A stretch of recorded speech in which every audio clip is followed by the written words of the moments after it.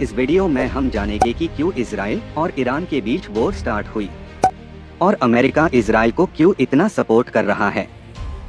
Israel और Iran के बीच 2025 में शुरू हुई वॉर के पीछे कारण काफी पुराने और गहरे हैं, जो दोनों देशों के बीच पहले से अटैच है। इजराइल ईरान के न्यूक्लियर बॉम्ब को अपने लिए एक बड़ा खतरा मानता है। इजराइल का मानना है कि ईरान न्यूक्लियर हथियार बना सकता है, जो उसकी सुरक्षा के लिए संकट पैदा कर सकता है। 12 जून 2025 को international atomic energy agency (IAEA) ने कहा था कि ईरान ने न्यूक्लियर समझौता नॉन प्रोलिफरेशन ट्रीटी के दायरों का पालन नहीं किया, जिससे इजराइल को ये लगता है कि ईरान न्यूक्लियर बॉम्ब बनाने के करीब पहुंच रहा है। इस वजह से इजराइल ने 13 जून 2025 को ईरान के न्यूक्लियर और सेना स्थलों पर हमला किया, जिसे ऑपरेशन राइजिंग लायन कहा गया। ईरान लंबे समय से इजराइल के खिलाफ अपनी एक्सिस ऑफ रेजिस्टेंस के जरिए काम करता रहा है, जिसमें हमास, हिजबुल्लाह और यमन के हौथी जैसी प्रॉक्सी ग्रुप्स शामिल हैं।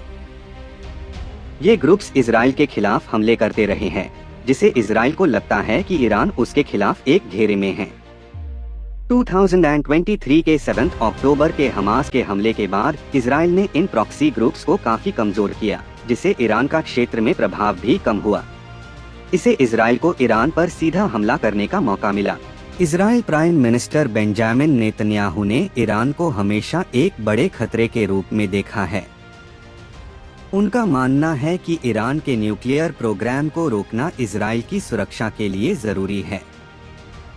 अलग से कुछ क्रिटिक्स का कहना है कि नेतन्याहू के राजनीतिक फैसले, जैसे कि ईरान पर हमला, उनकी घर में राजनीतिक संकट से ध्यान हटाने के लिए भी हो सकते हैं। उन पर गाजा में जंग और करप्शन के आरोप के चलते काफी दबाव है।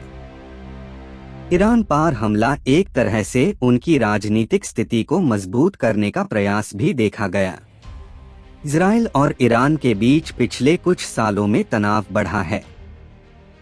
अप्रैल 2024 में इजराइल ने दमास्कस में ईरानियन कॉन्सुलेट पर हमला किया, जिसमें सीनियर ईरानियन ऑफिशियल्स मारे गए। इसके जवाब में ईरान ने इजराइल पर मिसाइल और ड्रोन हमले किए। ये छोटी छोटी घटनाएं 2025 के बड़े युद्ध का मूल बनी।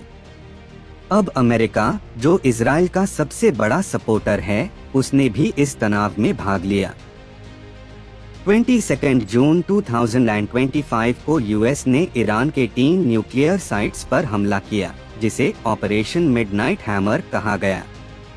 ये यूएस के उस डर से जुदा था कि ईरान न्यूक्लियर हथियार बना सकता है।